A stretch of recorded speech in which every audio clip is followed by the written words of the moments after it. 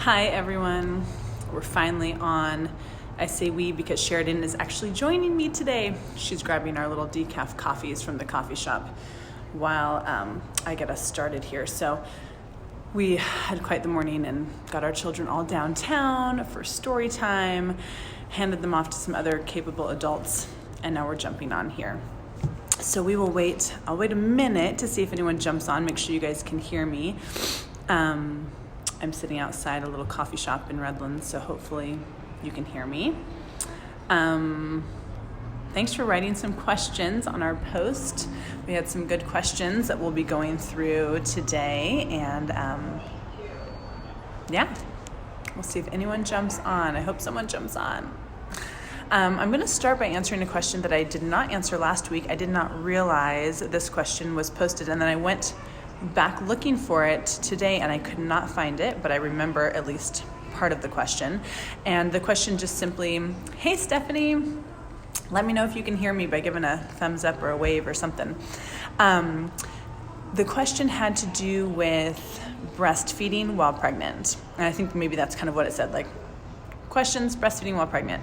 So I want to talk a little bit about that while I'm waiting for everyone else to jump on, and then we'll answer some of the other questions. Hey Jennifer, glad you guys are here. If you have questions that come up during this time, please post them below and we will answer them. Sheridan's going to join me here in a minute. She will be 42 weeks pregnant tomorrow, so we are trying to get her out of the house and moving so that this baby can come soon. We didn't want the baby yesterday on Valentine's Day, so we are working today. So anyways, okay, so the question from last week that I did not see last week until after the live, hey Berlin, hey Jenny, was a question about nursing while pregnant. And it simply stated like, nursing while pregnant, thoughts, is it safe, what do we do? Is it something you can do, shouldn't do, whatever. So I'm briefly talk about that. Nursing while pregnant is one of those things that culturally, most of the time people will say, oh no, like if you get pregnant, you have to wean your baby. Sometimes OB doctors will even tell us that. Oh, you got pregnant. Sheridan just called me. She can't find me apparently. Hey, you got your drink wrong. What is it? It was supposed to be a cinnamon honey latte decaf. Okay. They got my drink wrong. So, sorry guys. Redoing my cinnamon honey latte decaf, of course. Okay, so sorry guys.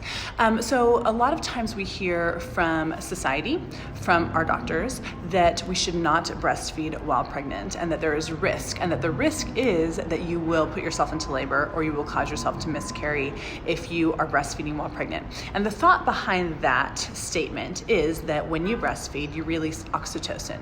Oxytocin causes uterine contractions. It's what makes us go into labor. So when people only know those two bits of information, breastfeeding causes lactation or oxytocin to release, oxytocin can make you contract, they put together the idea that if you are pregnant and you are breastfeeding, you can make yourself contract and miscarry early. So I will say there are some women where we would potentially advise them not to breastfeed while pregnant. Women who have a history of what we call like an incompetent cervix, where their cervix doesn't stay closed very well. If they have a history of preterm birth, giving birth to babies that are 30 weeks old, like very, very early. If they have a history of contracting a lot and like having preterm birth or having their cervix dilate quickly and early. If they maybe were a mommy who did IVF and have worked really hard and the pregnancy that they have right now was not spontaneous, but it was medically created, then there are those times we might say, we might want to be cautious because your body's already potentially struggling a little bit. If this is an IVF baby, your body didn't do this on its own. So we might want to be a little more cautious. And if you're breastfeeding and you notice some cramping, maybe we do need to talk about weaning.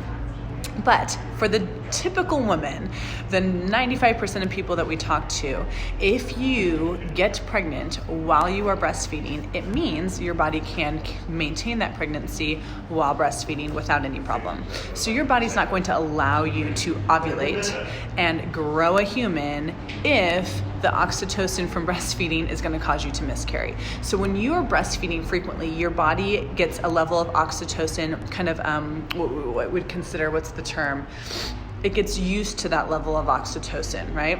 And so that level of oxytocin doesn't cause a contraction to happen. The other thing that we know is that your uterus has receptors that have to be activated. Oh my gosh, warm coffee. She's here, guys. Hi. In all of her glory. Oh, my glory. We're talking first about pregnancy and breastfeeding. I think I'm going to fit there, though. Hey, guys. No, I don't know how to do this further away. So as we are, how you doing? Good. Okay. I didn't interrupt. No, you're fine. So if you get pregnant while you are breastfeeding, it means that your body is not sensitive to that level of oxytocin, and you're able to have a healthy pregnancy and not worry about every time you breastfeed potentially going into labor or contracting. Now, both of us have breastfed through pregnancies. She's currently nursing through pregnancy. Mm-hmm. She'll be 42 weeks tomorrow. And trust us, she's tried nursing her baby to make her have contractions. It's not working. So we've both had post-dates babies while breastfeeding other babies, hoping that breastfeeding would make us go into labor. Totally. We also have no history of medical issues with that. Yeah. No preterm labor or anything.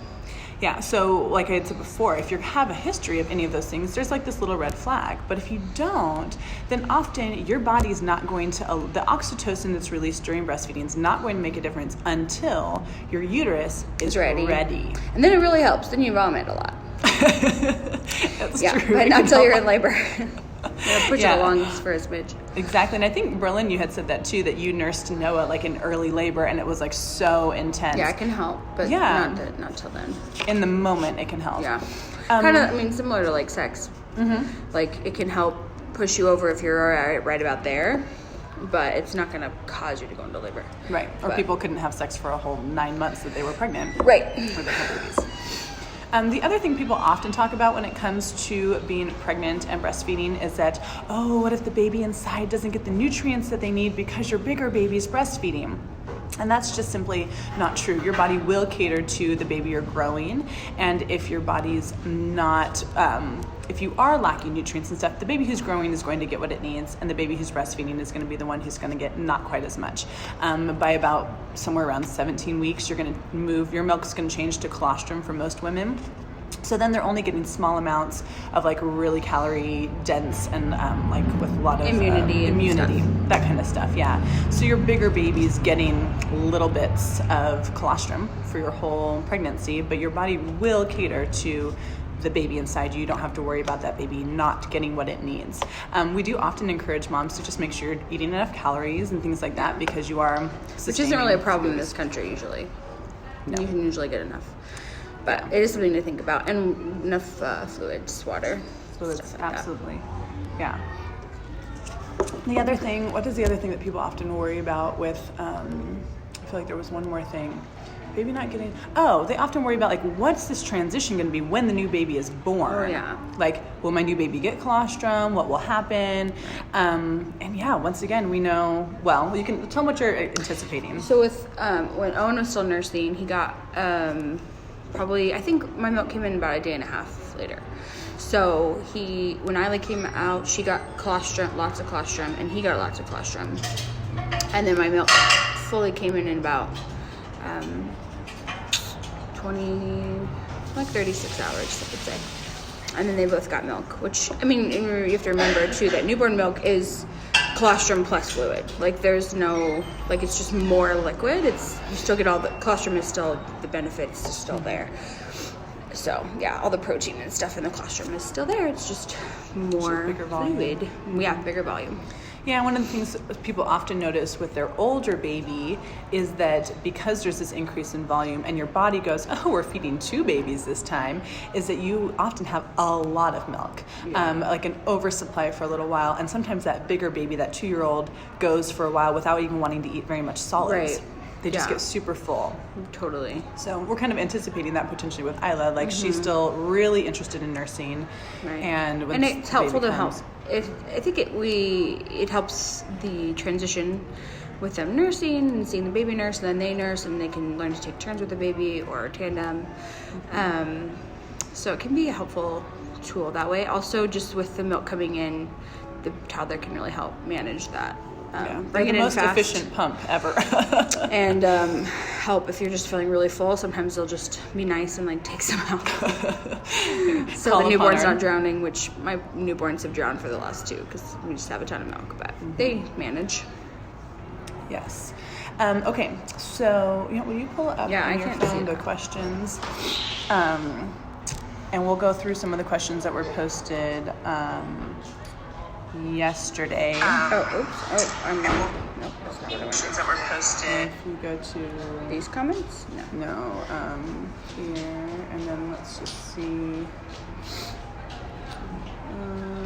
Here, these questions. Okay, where are we at? The very first one here. Oh, so the first question was from Jennifer asking about if extended breastfeeding can cause severe vitamin D deficiency or other vitamin deficiencies. She says, I'm still breastfeeding my 3.5-year-old, right? And right before him, I nursed his older brother for almost 2 years. I'm feeling really run down. I've turned 40. I still take supplements, but I have great patches of hair. And it's still balding. I'm wondering if it's time to stop because I need to consider my overall health now at my age. Not really right at this moment, but I don't want to completely be bald. Okay, so I don't know how much data we have on that specific, like losing hair at 40 years old and breastfeeding. But what we do know is that what my assumption is from what I know is that there is not a very strong correlation to breastfeeding itself and potentially having vitamin deficiencies. Yes, there can be deficiencies because your body's going to cater to a child, but a 3.5-year-old is not relying on your milk as the sole source of nutrients. And so vitamin D deficiency is something that like Sheridan's husband actually just recently was learning a lot about it. You want to tell him about what he's learned? We just upped our whole family's vitamin D intake. My husband did a lot of research on it and realized that we are not quite close enough to the equator to get enough from the sun.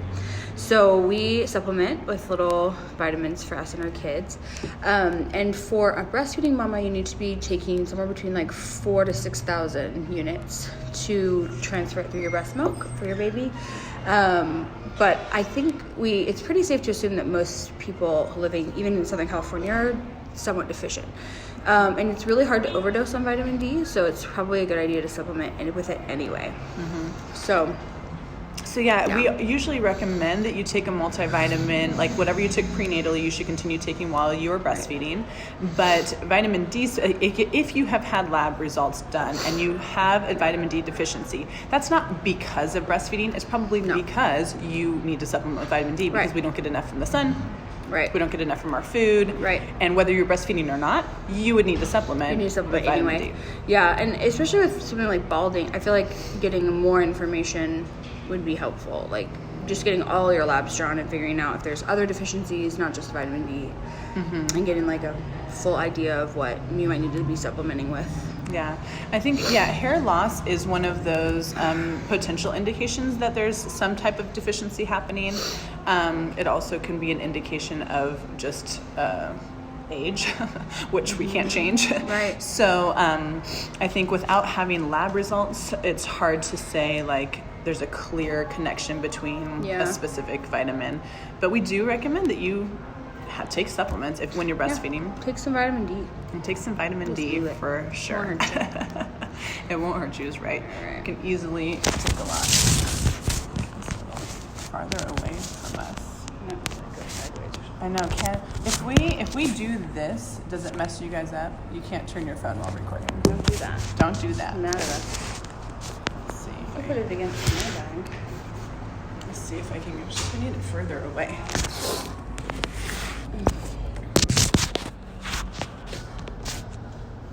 All right, let's see if that's, that's a little bit better. A little better. Okay. Okay, so Penelope spits up a lot. Oh, yes. Constantly all Berlin, day I think at you're still breast, here. which I know is normal. She spits up a lot of milk. Just spills all over her. Sometimes it comes out thick and a little chunky. Should I be concerned? No.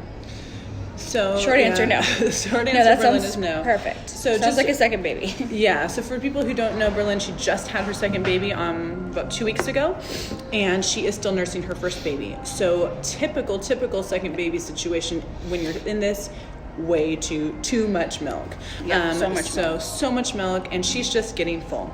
Yeah. We have to remember, babies nurse not just because of food, but because they Yeah. want comfort and they want to be close to mommy.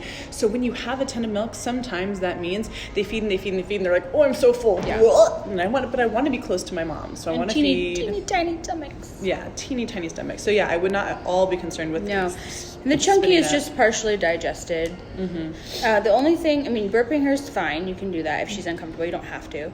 But also keeping her upright, you can if you're going to baby wear. That might be helpful. Owen was so spitty because I was nursing Emery and he was huge. And even huge, couldn't manage all the milk. And so I would just get these huge like cloth diapers or burp cloths and like stuff up right under him. Mm-hmm. And I would catch soaked cloths, and like in our bed I would lay almost like Chuck's pads down when we would side lie, and then in the carrier I would always have like multiple catch burp cloths because he was so spitty. So it's like super normal, especially for a second when you just have like all the milk. Yeah.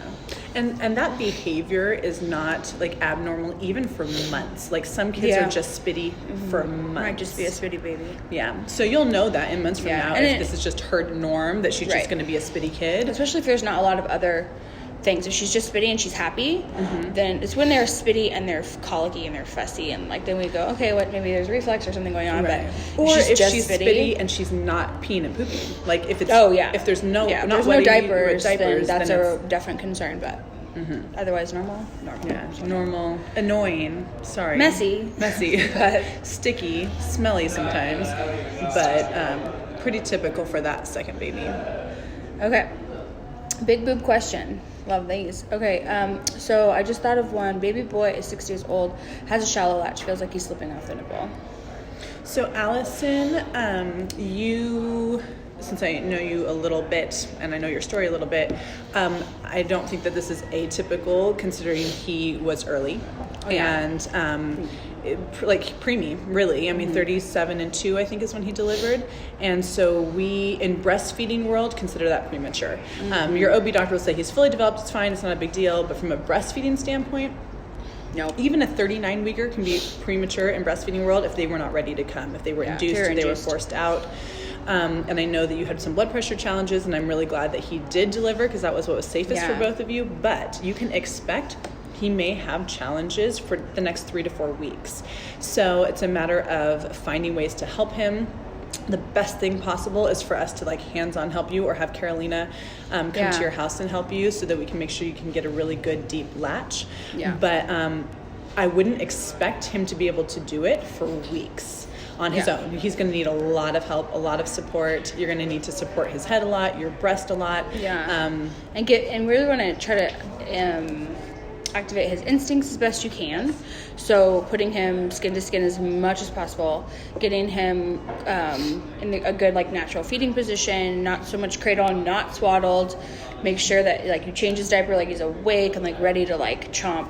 Things like that. Don't cover his hands. You really want to like just wake up those little instincts that are kind of still dormant because he's such a little thing.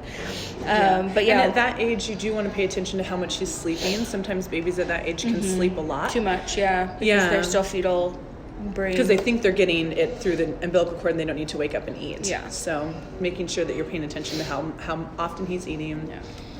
But we can help you hands-on with getting a deeper latch. But like Sheridan said, those instincts, like getting him in a natural feeding position can be helpful. I'm trying to get him to nurse over and get a nice deep latch. And maybe suck train a little bit to kind of help him. You could do some suck training, and with the finger. what that means is, you'll wash your hand and you'll put your finger in, and there's a reflex like between the hard and soft palate way back in the mouth, and you can kind of tickle that, and it will help a baby. It just will encourage that reflex of them to suck. And so sometimes if we have babies that are seeming uncoordinated stuff, we can encourage them and train them to suck well, and then put them on the breast. So that could be super helpful. If he seems uncoordinated. Yeah. We'd love to just see him though. We would. Hope you're feeling better. Yeah. And yes, Berlin echoes that. Big boobs, nipple slips out. You just got to support your boob for like the first 4 months before they can like help hold it themselves. The other thing I think that sometimes we don't, I don't have big breasts, so I'm speaking just from watching women with big breasts, but sometimes, like let's say your nipples down here, and you're feeding your baby up here a little bit more, if the weight of the breast is pulling down, it can be really easy for it to slip out. But if you move them down more so that the nipple is here and they have to go like this, then the weight of the breast doesn't always pull out. So sometimes it's a matter of putting your baby lower, even though it feels like, wow, they're way down there. But then if they're up too high and they're trying to get it, I don't know if that makes sense, but it's going to be heavy. Yeah, and even like laying on your back and like having baby directly on with their nose touching the nipple and then letting them come and grab it can be helpful. Sometimes it feels like our breasts are like pancakes, like huge, and they're not going to be able to, but they will stimulate the nipple to be erect, and usually they can pull it in that way. Even littler babies with really big breasts, that can be, and it can just be more comfortable. So you don't want to be hunching over like 2 days postpartum. It's horrible. Hurts your back, hurts your bottom, hurts all the things. All right, what can we do about uterine cramping pain while nursing? So intense. Helping me out. Yeah, this is one of those things we do not talk about very much. But when you've had your second, your third, your fourth baby, the uterine cramping after delivery can be almost as intense as labor. Sometimes even more. Worse. A lot of women say it's worse because they don't have a baby coming out after. Right.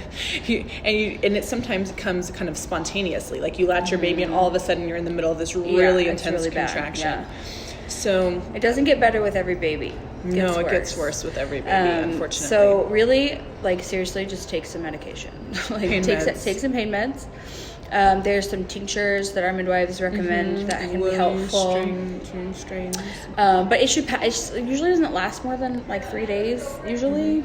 Hopefully for you. And what it is, in case people are wondering like what the heck we're talking about, when your uterus stretches out, think of a balloon. Like the first time you blow up a balloon and you let the air out, it can come back to its normal size somewhat easily. Right. You blow up a balloon again, even bigger, and it comes back and it's not quite the same. And again and again. So your uterus, as it's been stretched for a second time, is having a harder time contracting back to its original size. Back to teeny tiny. Back to small. So with every big stretch, that process is harder. It's harder and longer and painful.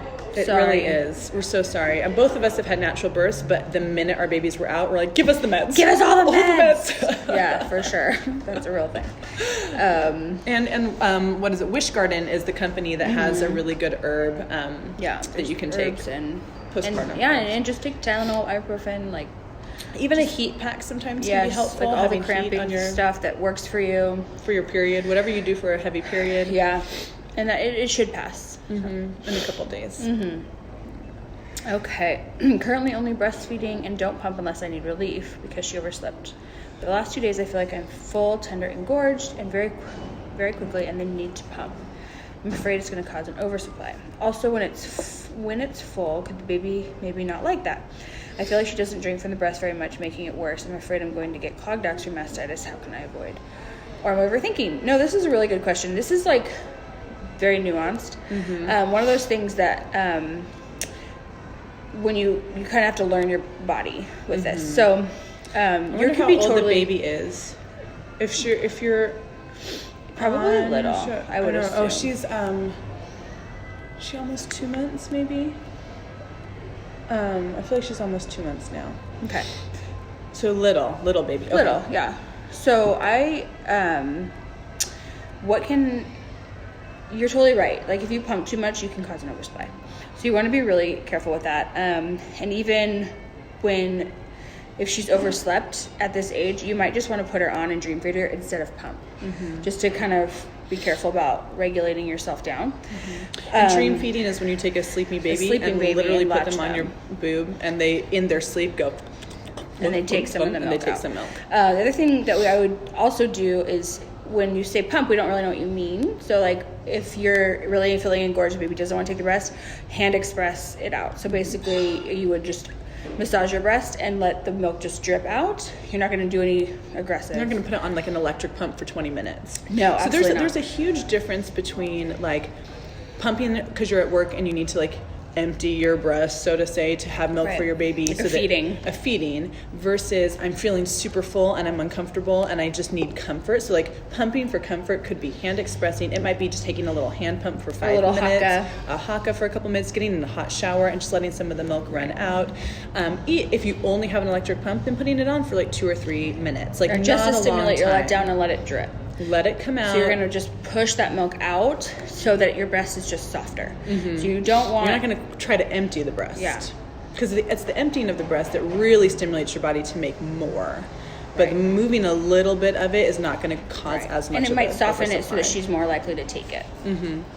Yeah, and it can be hard when the breast is really, really full and the letdown can be really forceful. Sometimes that's what babies have a hard time with. Not that they don't want milk, but that it's like flooding them. So stimulating that letdown, having it all drip off, and then latching a baby. Right. And also trying to nurse them upright.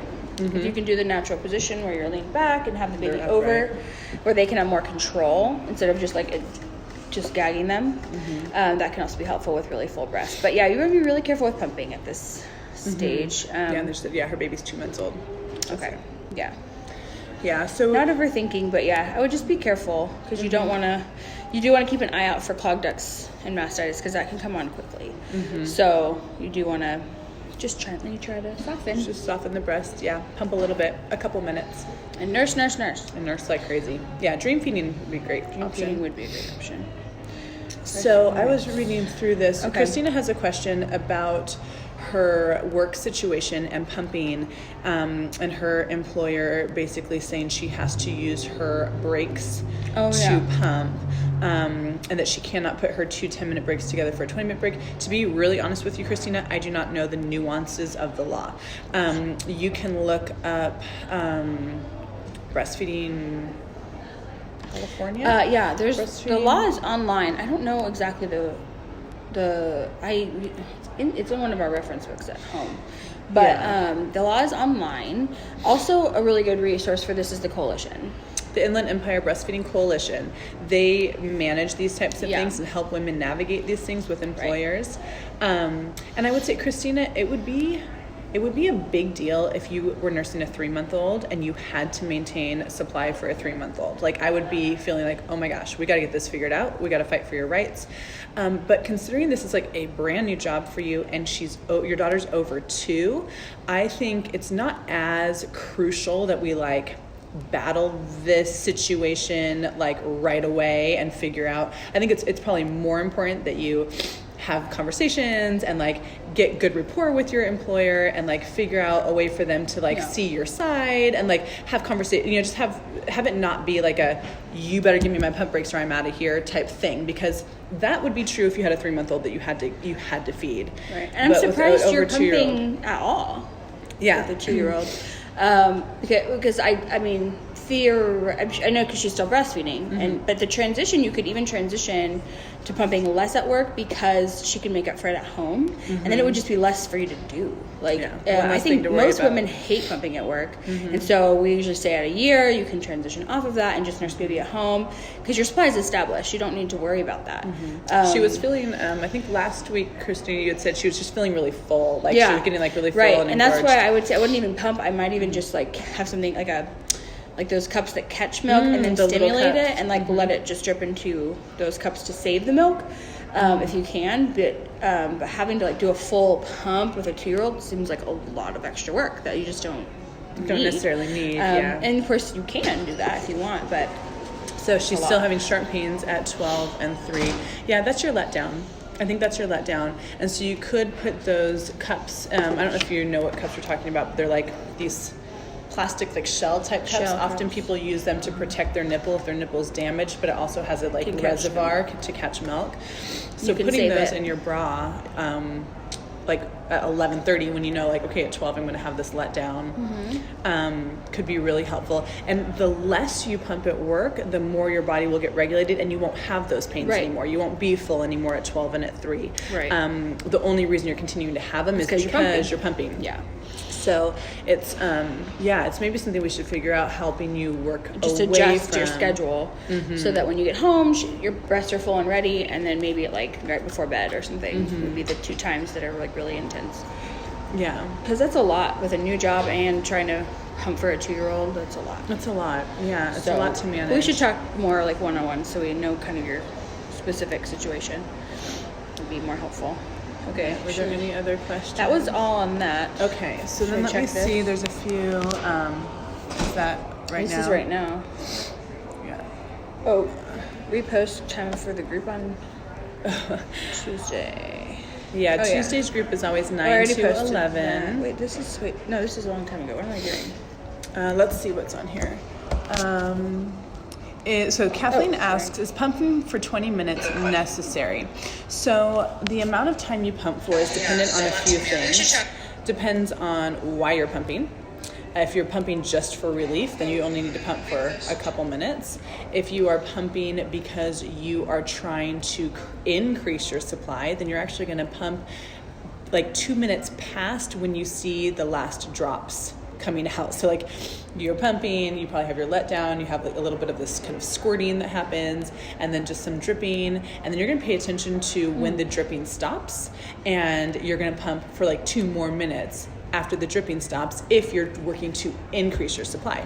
If you are wanting to just pump because you're at work and you need to pump enough for your baby and you want to have your breasts kind of feel empty, that can be really different for each woman. I know for me, I could kind of quote empty, and I'm saying this with quotes because we know our breasts are never empty, right? Like they're always making milk.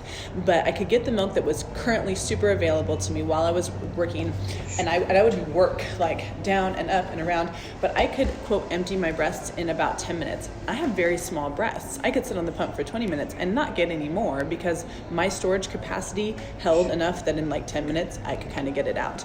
Now, for someone with larger breasts and a larger storage capacity, it may take closer to 15, 20 minutes to move the amount of milk that is available. So I think it depends on why you're pumping, what the goal of the pumping is, and your storage capacity itself. Yeah. You want to continue, like if you're pumping to drain as much of the breast as possible, then you want to continue to pump while you still see drops coming.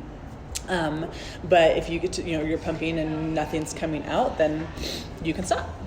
So I think I don't know. Did you pump much when you went back with Ems? I guess you did. Mm-hmm. With Ems, but I was a machine because I pumped. She was in the NICU, so I pumped. I didn't know what I was doing in the beginning with her, and I donated so much milk and so much milk. So that's a whole different thing. That's a whole other story. Yeah. So yeah, I think it just depends on what you're pumping for. So Kathleen, if you want to give us any more like details on that question, we'd be happy to be more specific, but kind of depends. Okay. Let's see here. You're right. Kathleen says Medela has them. They're called breast shields. That's the milk collector thing. Let me go back here and see if we've got any questions. Berlin said, very strong contractions while in active labor with Noah. You nursed him through those. Yeah, although you nursed him through pregnancy without any contractions. It's so interesting, right? Mm-hmm. Which is why we know sometimes why inductions don't work. Like moms will be like, I went in for an induction, they gave me Pitocin and it didn't work. Well, the receptors in your uterus weren't ready. Yeah. Just weren't ready. Noah's not eating much. He's loving his milk. Yay. That's so fun. William took forever to get a good latch. Yes, because he was so tiny. It did take a long time. It says that makes a lot of sense. I'll try to come back soon. Definitely hands-on learning. Yes. And Allison, Carolina is here in town, local, and pretty available. So we can make sure you have her number. You got her card. I would reach out to her because she could come and see you before you could see us. I mean, if you're worried about her being covered, you can even just text her or call her and see if she'll take your insurance, or if not, she can work something out with you. She just wants to help moms. Yeah. So she's really, really sweet, and she will help you if you need it. Yeah. If you can't wait till Tuesday, and which we might cancel. Yeah, FYI, if she's having a baby, guys, we won't have group on Tuesday. That's when it's gonna happen. During group on Tuesday. Okay, 15 months, and I still have to support one side. Yeah, and so sometimes Ryan here says with really large breasts, sometimes you have to continue to help support the breast even when your baby's bigger. Yeah, we do. I mean, almost up in months, my kids finally get it. Oh, I can help you. Yeah. But we have big breasts, just gotta do it. This happens, yeah. Gretchen had you put him on your leg, straddling your leg. Yes, that's a great position. That's we our love favorite that position.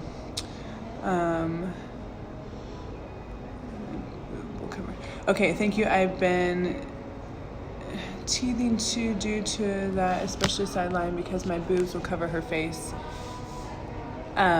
Maybe trying to do that. Yes, okay, I got it. Berlin, you were responding to when Sheridan said laying on your back and you're letting your breast kind of be flat. Yeah, especially with big breasts and small babies, sideline can feel like, where are they? Where are they? Right. Where they actually can't see. Shayna said she tried Motrin, but it doesn't seem to be helpful. Something stronger. Yeah, something stronger. If they give you any meds, like Norco even, postpartum, you can take those. Yeah. The big thing to remember when you're taking pain meds is they can constipate you, especially something like Norco. Sure. So you really need to take a stool softener, something that's going to help you not, because who wants to be constipated after just pushing a baby out of your body? Not a fun place to be. So you've got to make sure you're taking stool softeners. Even if you feel like, oh, I don't feel constipated, just keep it's better to have diarrhea early postpartum than to be constipated. So pain meds, stool softeners. The other thing to remember, and this is a really hard thing as a brand new mom, so this is probably something you need to delegate to someone else, but we can easily you're supposed to take your meds every 3 hours, and now it's 5 hours and you're in tons of pain because you forgot. Time just slips by, and you're nursing and you're sleeping.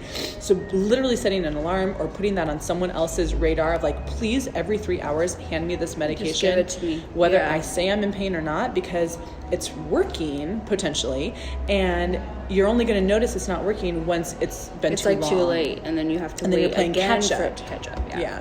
So as nurses who've had to manage pain, staying on it is so important. Especially when you're like, I'm feeling so much better. Yes, keep taking your meds, because the meds are why you're feeling better when it comes to pain. What was I going to say? And if you're still in the hospital, for sure ask for something stronger. Probably bring it to you. Yes, or you can call your OB and ask for a prescription. But once again, this pain should only last a couple of days. Just a couple of days. Let's see here. Okay, we talked about that baby. Poster up at work. Nationwide, they only have to allow for pump breaks the first year. In California, I believe it is breastfeeding. You're correct. So nationwide, pump breaks are only required for up to a year. California says as long as you are breastfeeding your baby, you legally get pump breaks. So there is difference in California state laws. Sheena says, I'm pretty sure I looked up the laws, and my takeaway was that I had to pump on my 2 10-minute breaks, I think, and 30-minute lunch. I could be mistaken. Okay, so we got the cups figured out. And Kristen says here, the law is that they have to allow you to pump during breaks in a room with running water, a fridge, and an outlet. And a lock, I think. Yeah, and a lock on the door, The room cannot be a bathroom or supply closet. They have to allow you to pump when necessary, but they can ask you to clock out to do any pumping that isn't on your mandatory 10-minute break or 8-hour shift. The breaks required, and I do believe there is a thing where they don't have to pay you to pump. So that's So they might require you to So even clock though so even though you can pump as much as you want legally, then you're going to be losing money. That's like the idea. So I think that's why they say like pump on your breaks, and then if you need more time, you can have it, but you might have to clock out. I do think that's actually right. Yeah. Yeah. That does sound right. So we can, you can look up that law more specifically. Carolina also is a fabulous resource for that law. She's very familiar with the laws. And Mandy too. Mandy was part of the coalition is maybe still part of the coalition. So she's a really great resource for those laws as well. Allison's asking, can you send a picture of her card? You cannot find it. Yes, we can send you her information for sure. Were there any other questions that you guys had today that we can answer? We can get on time. Yeah, we've got a little bit more time. Sorry for jumping on late. So we were trying to get our kids downtown and occupied so that I could bug Sheridan to do this with me. Like, come on, you're still pregnant. Do the live with me. Waiting for the baby. Any other questions? Anyone have any at all? Hey, Emily, welcome. So just as a reminder, I am working to get all of these up on YouTube. So if you heard something here that you want to share with someone else, or there's a previous one that you missed and you want to watch, you can of course scroll back on our page in here, but they are on YouTube. So you can copy that link and send it to someone. Please feel free to share this info with people. We really want as many moms helped as possible. Our YouTube link is on our Instagram bio now. Yes. You can just click on it. She helped me figure out how to do that. So yeah, if you're following us on Instagram, it's on the bio. Otherwise, you can just look up. It's under my name, so you can look up Natalie Johnson and like there's probably only one Q&A. of those on YouTube. So yeah, there's not very many Johnsons. It's not a common name at all. It's not common at all. Did you know there's a thing called "How Many of Me"? You can Google it and then type in your name. What? There's like 1,000 of you. There's one or fewer of me. It's kind of fun though. I want to go see now. Exactly how many. You. Well, so this just goes to show my maiden name was Melcher. Pretty easy to pronounce, middle of the alphabet. As a child, I loved it because my teachers never mispronounced my last name, and I was always in the middle of the like we lined up alphabetically. I was in the middle, and I loved it. So I always wanted to marry a man who had an easy name in the middle of the alphabet. So random. I almost married a guy whose last name was Johnston. I was engaged to a guy before I met my husband. Johnston. I dropped the T, I married a Johnson. Easy, middle of the alphabet. It's the only reason I married him. Just kidding. No, not true. But it was a factor. I liked his last name. All right, friends. I don't see any more questions come in. So, never mind. Berlin, you snuck one in. Let's see. This morning I woke up and my right breast engorged. Penny has fed 3 times already. I used the Haka while she was nursing on my left, but the right is still very sore. Not engorged anymore, but so sore to the touch. So, Berlin, you are in this challenging 6 to 8 week period where your breasts are going to do a lot of crazy things. There are going to be days where they feel huge, engorged all day, can't hardly manage, you have so much milk. And there are going to be days where you feel like, wow, do I even have any milk? My baby's growth spurt. My breasts feel flat and they don't feel full anymore and they don't feel tender anymore. So you're doing the right thing. Feed frequently. Haka and allow that milk to passively move. Get Noah on it. He's your best bet for moving milk. If it's still feeling really sore and tender, get in the shower, try to do some gentle massage. Yeah. And you want to look for general breast tenderness is not as concerning as a spot, right? Yeah. If you have a spot that's really, really sore and it's a clogged duct, then you're needing to work out that spot. And I don't recommend this at a blanket statement, but I think it's not a horrible idea to have some soy or sunflower lecithin on board, especially when you are nursing a brand new baby and a toddler and you run the risk of huge milk supply anyways. My sister got mastitis 3 times in the first 3 months of breastfeeding her son. She didn't even have 2 babies. She just had a huge oversupply and he didn't nurse enough to drain her breast, and she had mastitis 3 times. Yeah. So she had to just get on lecithin and stay on it through her next baby because her body just made so much milk and she was prone to having it clot. So basically, not clot, but curdle. So basically what it is when milk sits for too long, it curdles, just like any other milk. And then that curdle gets stuck and causes a clogged duct. And if that clogged duct doesn't move, it can cause an infection. So we don't want you getting an infection. And so if you're finding that there's spots that are sore, and it's not just the whole breast, but you're feeling like, oh my gosh, there's another spot that's really sore and it's a clog, you could just take a little bit of lecithin. It's not risky to take, and try to just preventatively, if you're worried about that. Yep, absolutely. Yeah. All right, friends. Anything else you want to add in? No. All right. We did it. Thanks so much for joining us. We'll see you again next week, unless she's having a baby. Everything right now, we just need shirts that say we'll be there unless she's having a baby. All right, friends. Have a wonderful rest of your day. If you think of other questions, you can always post them and we will answer them next week. Bye.